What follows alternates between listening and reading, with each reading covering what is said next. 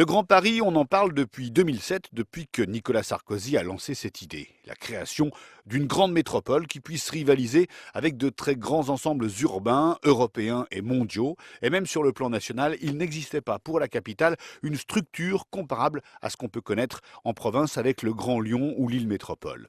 Le Grand Paris représente le territoire suivant. La ville de Paris, plus 123 communes de la Petite Couronne, Hauts-de-Seine, Seine-Saint-Denis, Val-de-Marne, plus 7 communes de la Grande Couronne qui se trouvent dans l'Essonne et dans le Val d'Oise. En revanche, aucune commune des Yvelines et de Seine-et-Marne. Au total, le Grand Paris regroupe un peu plus de 7 millions d'habitants. Alors sur quoi le Grand Paris aura-t-il la main? L'idée est d'améliorer le cadre de vie des habitants, donc le Grand Paris aura des compétences sur les transports et le logement, sur l'assainissement des eaux, sur les ordures.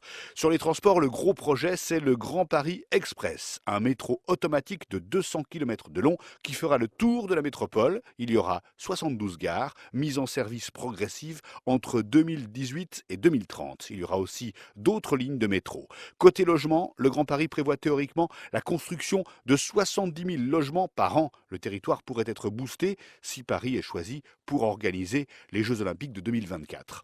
Reste que le Grand Paris est critiqué. Récemment, c'est carrément la nouvelle présidente de la région Île-de-France, Valérie Pécresse, qui a critiqué cette métropole. Grosso modo, elle dit que ce projet rajoute une 5e strate au millefeuille des territoires en Île-de-France. Il y a déjà effectivement les communes, quelques agglomérations, les départements et la région. Avec le Grand Paris, ça fait 5.